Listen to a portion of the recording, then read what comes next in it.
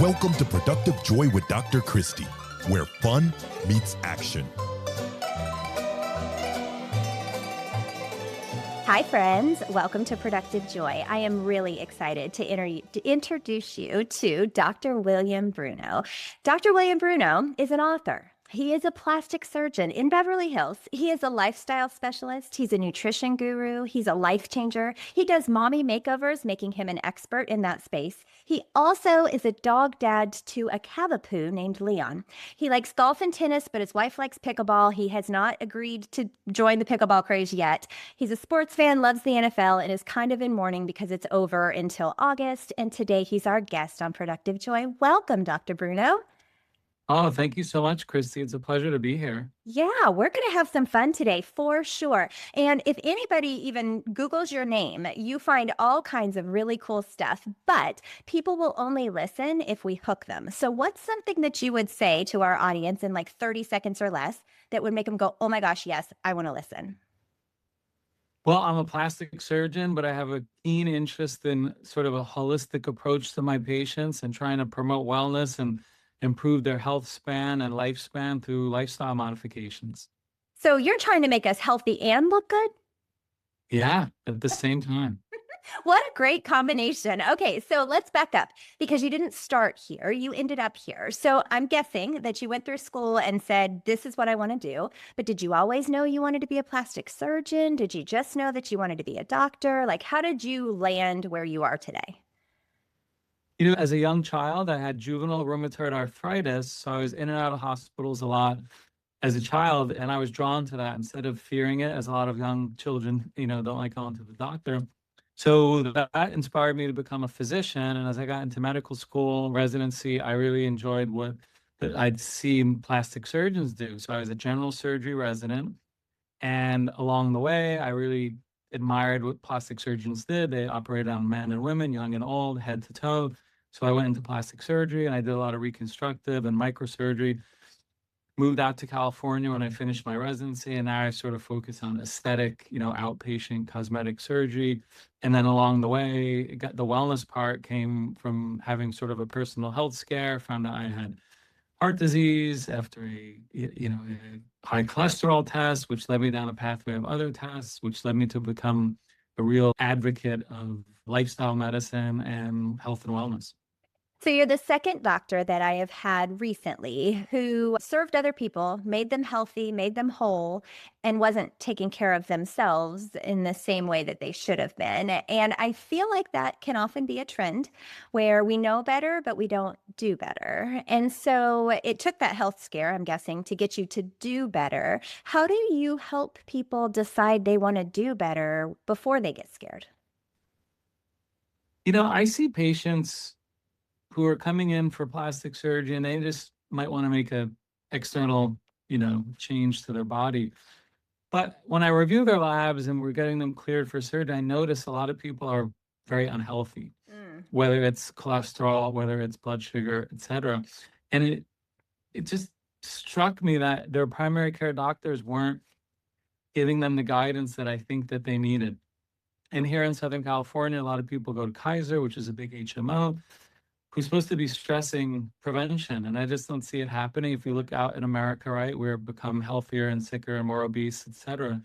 So I just sort of took it upon myself to try to guide people, even though they were coming to me for an aesthetic improvement. I wanted to give them more and say, well, don't you want to live longer? Don't you want to live better? And that's sort of how I approach this. And I've been doing that for a number of years. And I just think, first and foremost, I'm a physician first, the plastic surgeon second. So whatever I can do to help. Some people listen, some don't, because, I'm not their primary care doctor, but, I think they can use the help. Definitely. I think we all could. And kudos to you for taking the time because that isn't what they're there for necessarily. And yet you're caring for the whole human. And I'm not sure everyone does that. Like, that's above and beyond. So thank you for being that kind of doctor. That's wonderful. Let's back up. You mentioned juvenile rheumatoid arthritis. So did that affect your hands? Because I'm going to guess that you use your hands in a very intricate way now. Are you still afflicted? Does it still bother you? No, it affected my knees primarily, and most children go into remission as I did at the time. So no, I don't have any effects from it now in my hands or anywhere else, but it's possible that could enter the life later on. Yeah. But not unfortunate. It doesn't affect my surgery right now. Well, So clearly not. You're very good at what you do. That wasn't my indication. I have arthritis in my feet, and I know it is not a pleasant experience. So I'm glad to hear that you are in remission from that and you're not having to deal with it on the daily. yeah, no, I'm doing well from that standpoint. And, trying to adopt like anti-inflammatory foods and exercising more and sleeping better, all these things I think help with that as well. Okay, well, I have been on a kick lately listening to the Diary of a CEO, and he's had some pretty fascinating doctors on recently that are talking about all kinds of things, like you just mentioned, sleep and having the right pillows and making sure that you are taking care of yourself holistically. Where would you recommend people start? I know that's a ridiculous question, and there's really not an answer, but if people wanted to take care of themselves differently than they are right now, is there a starting place? Yeah, I would say, the one thing that all of us do 3, 4 times a day is what are we eating? Mm. And, not to get into different types of diets, because I think people always ask me, what's the best diet? Is it keto? Is it Mediterranean, etc.? I think what people can do, and you can do this today, choose whole foods, least processed foods, minimally processed, avoid the ultra processed foods.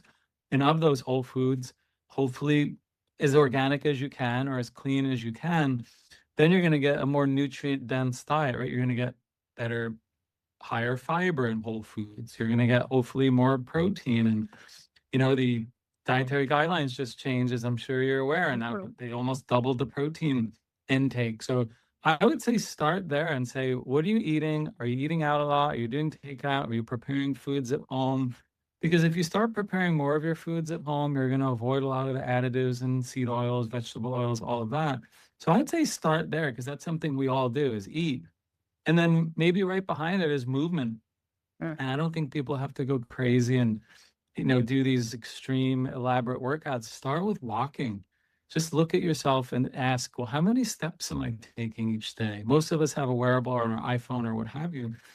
And start looking at that. And I think once you start tracking things, whether it's steps or protein intake or fiber or your sleep, like for example, with an R ring, you can start to change things. But not to go too far off, but from your question, I'd say our food. I think food we eat, those choices we make every day are truly impactful for our health. And, you can choose health or you can choose disease with these foods. Like, the bacon double cheeseburger isn't as healthy as the green salad.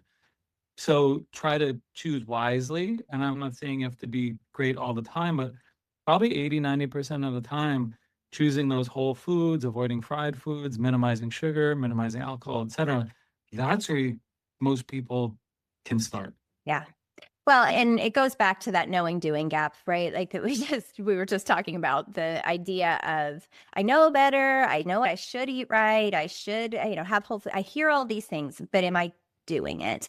And that's the part that we tend to not execute on very well. Right. Just human nature, right? Because it's hard and our brains don't like when things are difficult.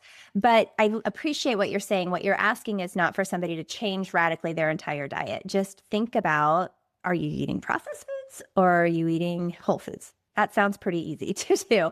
And what I really like about you, Dr. Bruno, is that you are practical, that you are giving people something that they can do right away.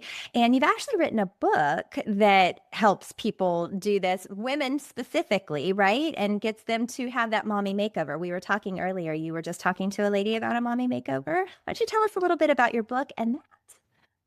Yeah, I had written a book several years ago about how to choose a plastic surgeon to help guide people, especially in this area, in Beverly Hills, West Hollywood, Southern California. There's so many plastic surgeons or people who want to be plastic surgeons, and it can be confusing sometimes to the patient or to the consumer. So I wanted to outline what to look for in a surgeon, but what to look for in yourself. Are you ready for it? Do you have the right mindset to do the surgery? Do you have support, et cetera? And whether they choose me or not, I give that to all new patients as sort of gifting it to them just to help them know what board certification means and that sort of thing. And I find that, it helps people make the right decision, even if it's not me. Some people are like, well, maybe plastic surgery isn't even for me. So that was sort of the intent of that book, to just guide people through the decision-making process. Some people take years to think about it. Some people do it in a week because they're like, oh, my friend had this done, so I'm going to go and do this. Or I wouldn't recommend that. I wouldn't rush into it, but do your homework, do your research before you have any surgical procedure, whether it's an elective, a mommy makeover, or it's, something else, an orthopedic or what have you. Yeah. Well, I think what I hear from you is, one, you're an educator at heart. You are a physician first, and you want people to understand what they're getting ready to do rather than doing unto. And there is so much power in all of that.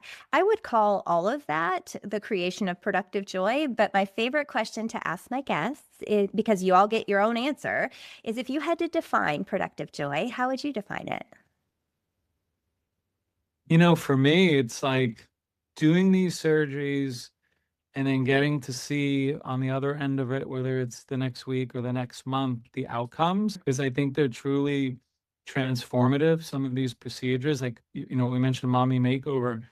If someone, has had 3 or 4 kids and they want to restore their body back to their pre-baby appearance, doing, let's say, a tummy tuck and a breast lift, a breast augmentation or something, is a big transformation. And sometimes, in those 4 or 5 hours of surgery, you have just completely transformed that person's life.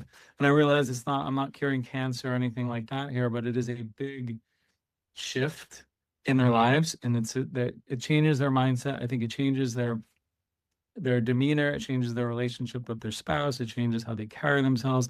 So to me, that's joy. And I'm like, wow, I can't believe I get to do this to people and have this big impact on their lives. So that to me is productive joy. That's a beautiful definition. And I always ask the question, I never get exactly the same answer, but there are themes.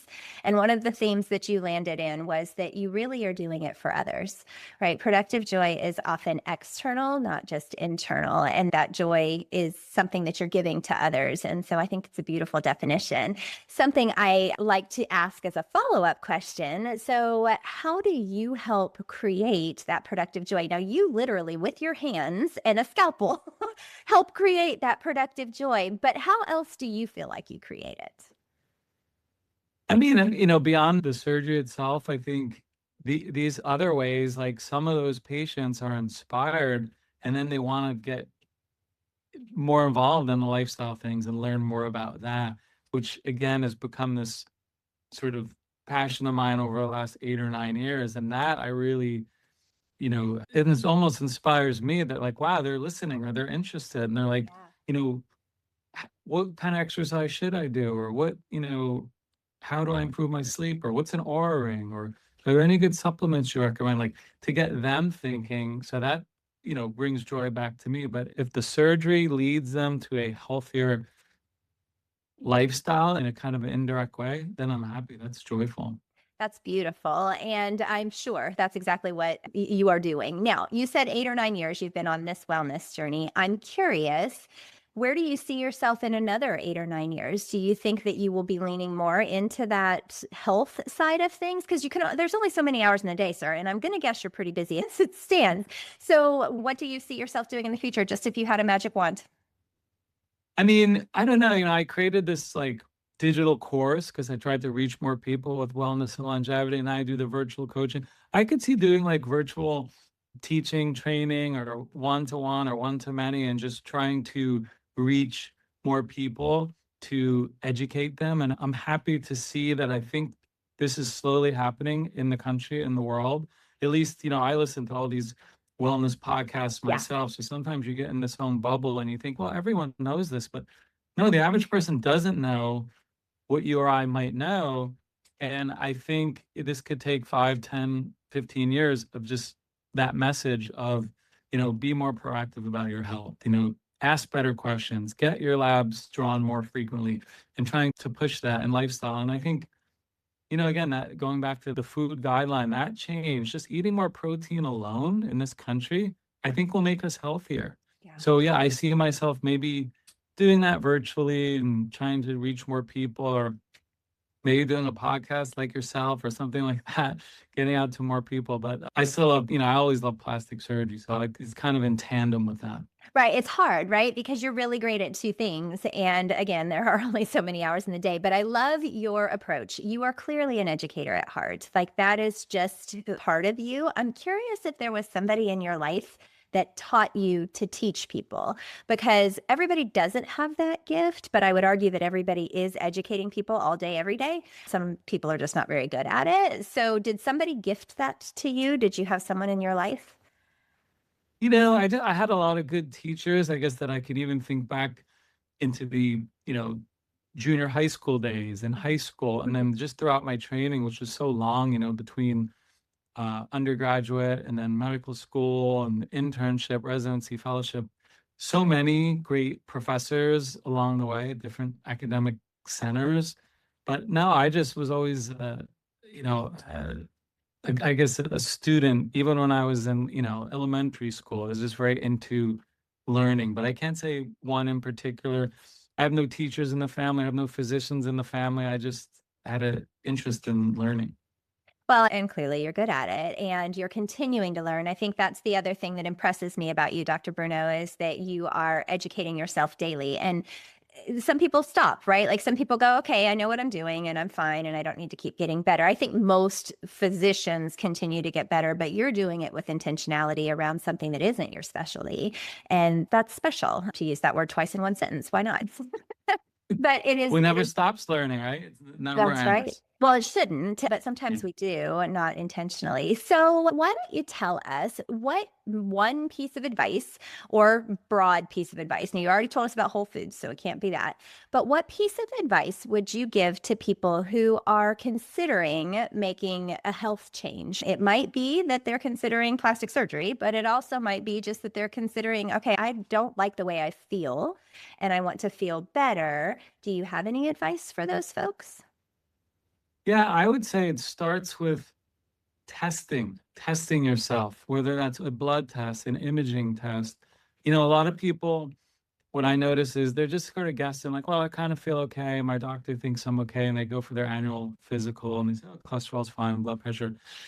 But I think when you're at a certain age, certainly I'd say beyond 40, certainly closer to 50, yeah, there's certain tests that we should be looking at a little bit more closely or talking to our doctors about that can help extend our life. Like we know that heart disease is the number one killer of men and women in this country and in the entire world.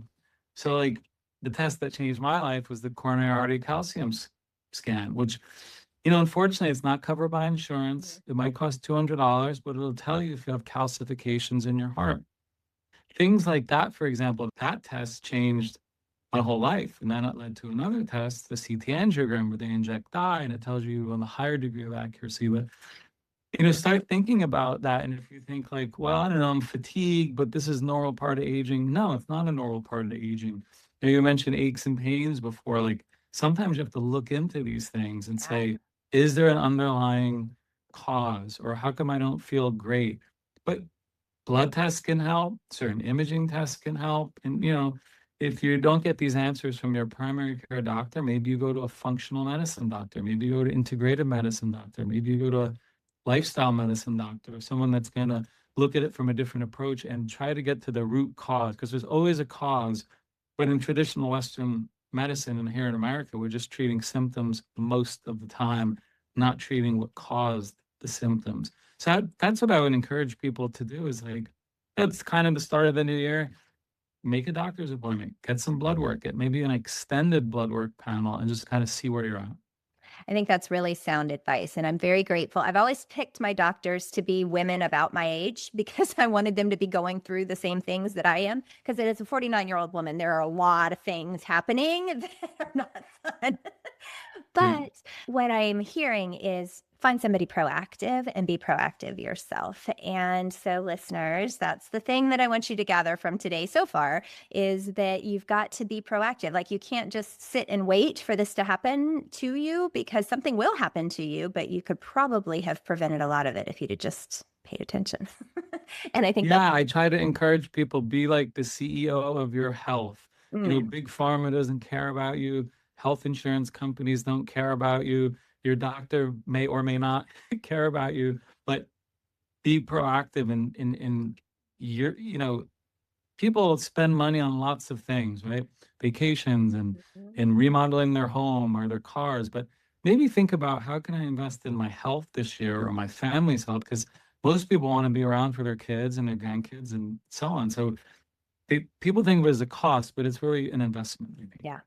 What a great way to spin that. There's power in that. So, Dr. Bruno, how would people find you if they wanted to? Because actually, I will be honest, your Instagram is a lot of fun to watch. So maybe they start there, but how might people find you? Yeah, the best place, my website is williambrunomd.com. And I have a wellness tab, like a drop down. And I have a couple ebooks actually that your audience might like. One is my top 10 longevity tips, another one on how to improve your body composition. And I have my wellness and longevity digital course there, along with my virtual coaching. And yes, I'm on Instagram at William Bruno MD. That's more plastic surgery content, but there's some more wellness content that'll be coming out there soon as well. Well, it's just plain fun to watch. I mean, this is a world that most of us don't ever get a peek into. And so to have a peek into it is pretty great. So thanks for sharing on a platform that we can all see. Thank okay, you. so I have a couple rapid fire questions for you. Would you be willing to answer my questions? Yes. Okay, ready? Number one, what is your definition of fun? Just having the joy and like what you're doing, like to me, doing surgery is fun. It's a privilege to people that allowing me to operate on them. I guess that's fun in a professional sense. Definitely. Okay. How do you know that you are showing up as your authentic self? When I can look my patients in the face, eye to eye, and speak to them truthfully, and nothing is scripted, and just talking to them as a person. Yeah, and we all need more of that. How do you channel your best self on your worst days? I put myself in the position of my patients, even if I'm not having a great day, if it's their day for surgery, they're scared, they're nervous, I have to be my best for them. Yeah, they deserve it, right? Okay, last question. You've said some brilliant and wonderful things, and you have reminded us to be the CEO of our own health. And by nature, people will only latch on to one major thing from our time together. So, what's the one thing you really want people to remember from today? Be intentional and take action. People listen to a lot of podcasts and they hear a lot of interesting things and they get a little overwhelmed, but take action. Like from this talk, try to eat more protein. Maybe it's that thing. Maybe it's, hey, I'm going to have a new step count goal this year, or hey, I want to track my sleep with an O-ring, but do something, because knowledge is one thing, but knowledge without action doesn't really give you the power. Everyone says, oh, knowledge is power. Not really. You have to take action, whether that's calling up your doctor, making an appointment, getting a blood test done. And that's what I would really encourage the audience to think about. I could not agree more. Thank you so much, Dr. Bruno, for choosing to share your brilliance on Productive Joy. You could have been doing a lot of other things. As a matter of fact, I know you had a patient right before this, and you probably have one waiting on you right now. But thank you for being willing to give to others. That's what makes you exceptional. And I'm so glad our listeners got to learn from you today. Thank you for your time, Christie. I really appreciate your energy and being on the show. Absolutely. All right, listeners, here's the thing. He challenged you. I challenge you every week. You have to do something with this information. It is not enough for you just to be a passive listener. You need to change practice. So maybe it's that you're going to make that doctor's appointment you've been avoiding, or maybe you're going to get a blood panel, or maybe you're just going to take better care of yourself by eating some protein today. I don't know what you're going to take with you, but I need you to do something. And then I need you to figure out a way to turn fun into action.